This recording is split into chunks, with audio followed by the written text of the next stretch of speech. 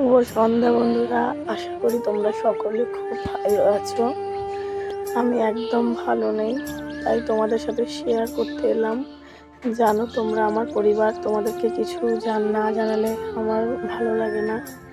গত 5 দিন কোনো ভিডিও দিতে পারছি না, প্রচণ্ড শরীর খারাপ বলতে শারীরিক কোনো অসুস্থতা ছিল না। ছিলাম বাবার বাড়ি সোমবার জল ঢালতে, মেয়ে আর আমি। তো বাড়ি থেকে বেরিয়ে বাড়ির সামনে আমার ব্রিজ আছে, ব্রিজটা ওভার হতেই এই দুর্ঘটনাটা ঘটে যায় আমার সাথে। তো কি বলবো, দুটো টোটোর মুখোমুখি সংঘর্ষ হয়, আর সেখানে আমাদের টোটোটাই বেশি এফেক্টেবল হয়। তো সেইখানেই আমি আমার মেয়ে আর কি সেই বিপদের মুখে পড়ে যাই। আমার তো প্রচণ্ডভাবে লেগেছে। আমার বাঁ দিকটা বেশি এফেক্টেবল হয়েছে, কানের পিছনটাতে, মানে কানের নিচে, বাঁ হাতে, বাঁ পায়ে, পুরো শরীরে এফেক্টেবল। বাঁ দিকটা আমার বেশি এফেক্টেবল হয়েছে। আমি তাও আজকে তোমাদেরকে এটা মানে ঘটনাটা জানালাম, কারণ 5 দিন ভিডিও দিন অনেকেই কমেন্ট করছো, দিদিভাই কী হলো ভিডিও নেই কেন। এটাই হচ্ছে কারণ, আমি ভিডিও দিতে পারছি না। প্রচণ্ড শারীরিক দিক থেকে আমি অসুস্থ আছি, বিপর্যস্ত হয়ে পড়েছি, ভেঙে পড়েছি, আতঙ্কে রয়েছি। তো যখন দুর্ঘটনা হলো বাড়ির কেউ তো ছিল না, মেয়ে আর আমি ছিলাম। মেয়েও প্রচণ্ড ভয় পেয়ে গেছিলো, আমিও প্রচণ্ড মানে আমার প্রায় সেন্সলেস হয়ে এসেছিলাম।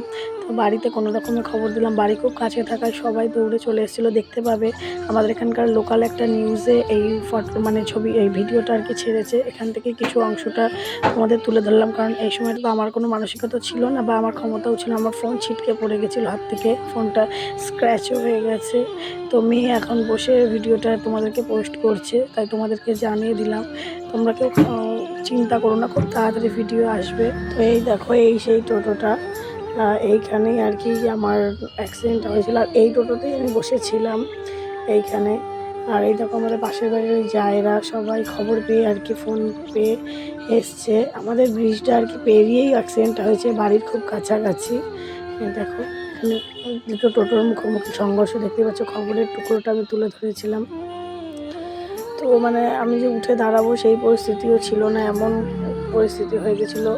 উঠে পায়ে যে ভর দিয়ে যাবো, পায়েটাই প্রথমে, কারণ দুটো টোটোর মাঝখানে আমার পাটা ছিটকে পড়ে গেছিলাম আমি, আর পাটা আমার দুটো টোটোর মাঝখানে ঢুকে গেছিলো। আমাদের টোটোটার হালত তো দেখতেই পেলে, একদম দুমড়ে মুচড়ে গেছে। এখান থেকে সোজা হসপিটালে নিয়ে যাওয়া হয়েছিল, উঠার মতন ক্ষমতা আমার ছিল না।